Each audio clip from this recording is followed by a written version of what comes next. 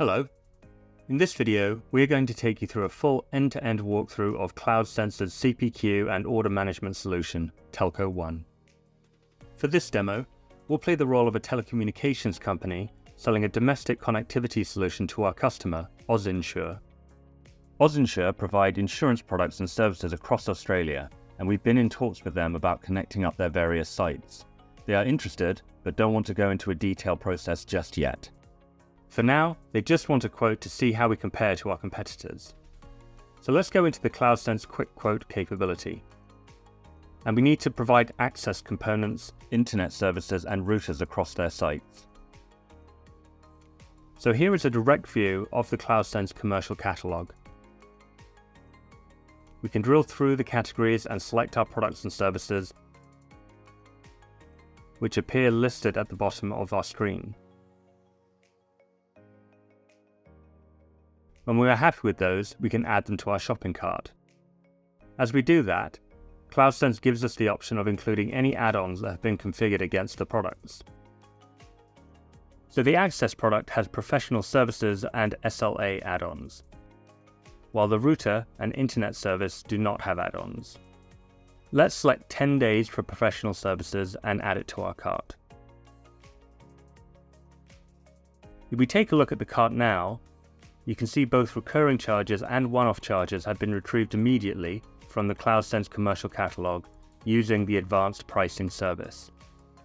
But this is just for one site, and AusInsure has many more.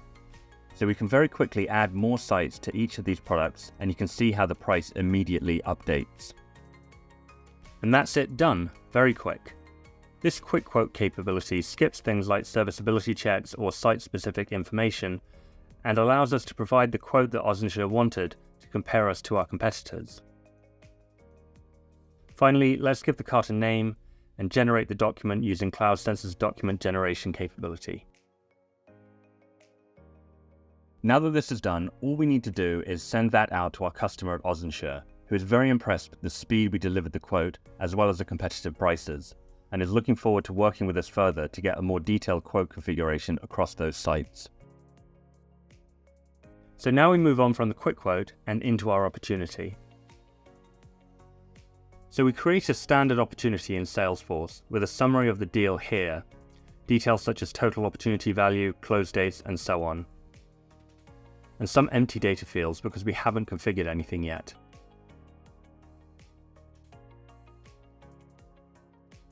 So we go into the CloudSense Solution Management Console, where we can begin to configure a new solution for AusInsure's various sites. Here we can view all the solutions that have been modeled within the CloudSense catalog. We have SD-WAN, IoT, mobility, domestic connectivity, fixed and hosted voice, as well as the generic solution. These solutions come out of the box as part of any CloudSense Telco One deployment and are based on best practice product modeling that CloudSense has honed over the past 15 years. The exception is the generic solution, which enable products that haven't been modeled within the CloudSense catalog to be included alongside products that have. This, incidentally, allows deployment of CloudSense Telco One to happen more quickly, since we do not have to wait for all products to have been modeled before we can go live, which presents value back to the business much more quickly. We're focusing on domestic connectivity, and at the moment the solution is invalid, because we need to populate some mandatory information. So let's configure different products and services that make up the solution. As we go through, keep an eye on the right-hand side where you will see the pricing summary change as we go through. The first thing we need to do is identify a contract term. Let's put 12 months, and you can see that the validation warning message has gone away. Now, because this is a site-based solution, we enter our site addresses and then do a serviceability check against each of those addresses. So let's go into address management. We have a full demo of address management's capabilities in another video. But briefly for now, we can import addresses from the opportunity if we have stored addresses against the opportunity. We can import them from the account if we have stored them against the account. We can add them manually ourselves, or we can import them from a file provided by the customer, which is what we'll do now. You can see some addresses are already in the system against the account, so are validated, while others are not in the system and require validation. So now let's validate each of these addresses. We do this by clicking Select All and then Validate Addresses. Telco One has been created with an integration framework that allows it to hook into any address verification system that you might use. Now it looks like all of them are valid except one, Tanner Street. So what do we do now? If we know that the address is correct but is coming up as incorrect on the system, we can do a manual address override. This adds the address to the list, making it serviceable. So that's all the addresses added. Now we need to check which products and services are available at those addresses. We make sure all our addresses are selected and click Availability Check. This hooks into northbound serviceability checking systems, which will return the products and services that are available to each of our addresses. Now we can add products to individual addresses and filter the address list if we need to. For now, we'll just select a 100 megabyte access component and apply it to all the addresses. Now we can add our internet service.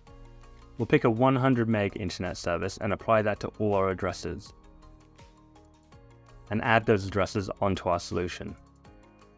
And as you can see now, the pricing responds in real time. We get dynamic feedback about what parts of the solution now need to be completed or fixed with these error symbols. Let's do those bits now.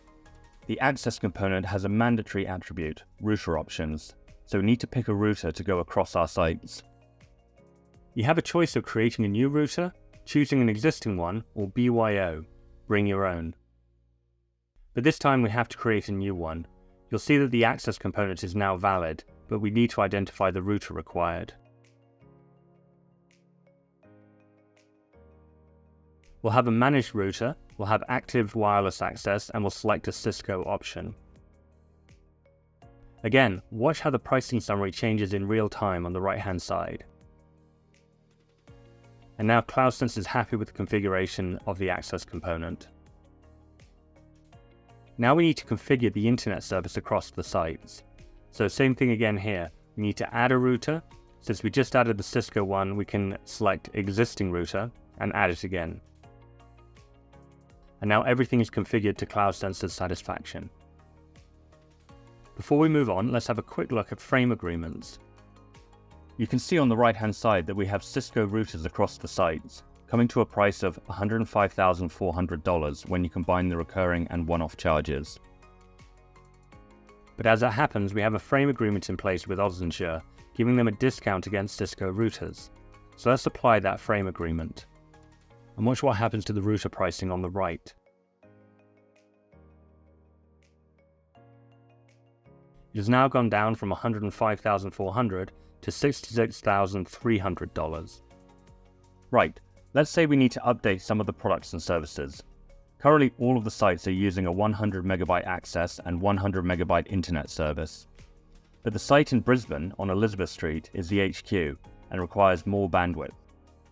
To sort this out, we go back into the Access tab and select Elizabeth Street, and then split Elizabeth Street from the rest. And that gives us two configurations. The original one is now being applied to all but one site, and the remaining one is being applied to the HQ on Elizabeth Street. Let's go back into address availability for Elizabeth Street and select the 1 GB access instead. And now you can see two configurations with two different access components. The pricing has also been updated, so there are two pricing options now. What we want to highlight here is that the sales user can make changes as they go along, without having to start again from the beginning if they make a mistake.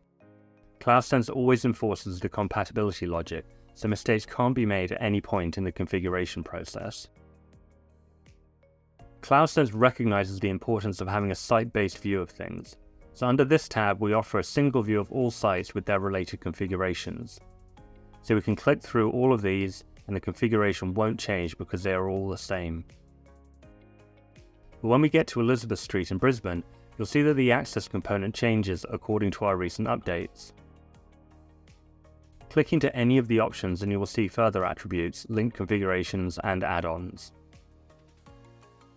So now our customer gets back to us to say that they've decided they don't need 1 GB for their HQ, they just need 500 megabytes or even just 100 megabytes like their other sites.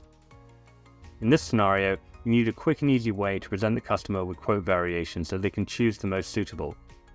So let's go into our quote variations.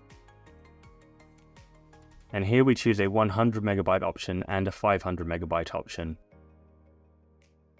Hit apply.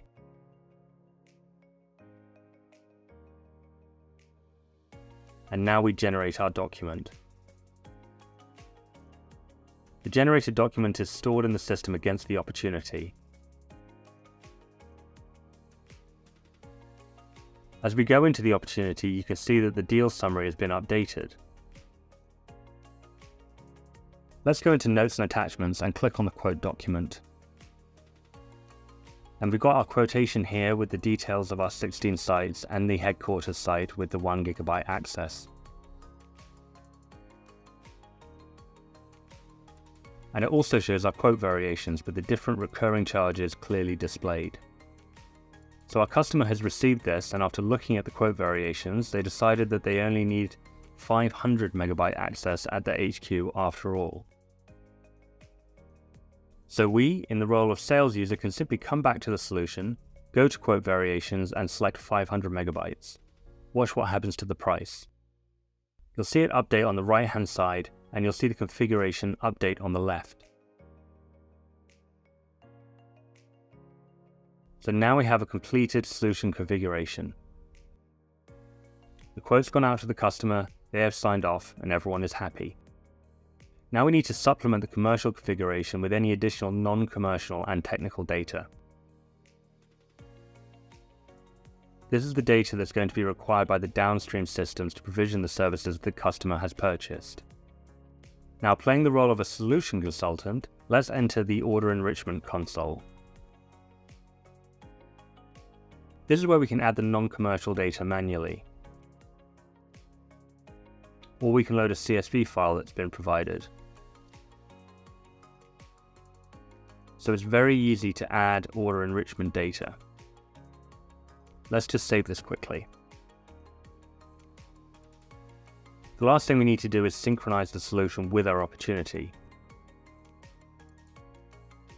What this will do is create all the opportunity products, attach them to the opportunity, and update the opportunity value, and display all the line items here. So all we have to do is submit the order into CloudSense Order Management for commercial order orchestration.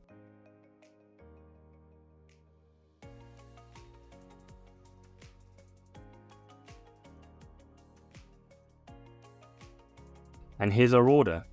We can drill down into this and view all its contents. And you can see the orchestration process executing against each of the services. As that's happening, let's go to our HQ. You can have a look at the process to see what milestones we have reached. Click Order Delivery, and we can drill down further and see the process being executed.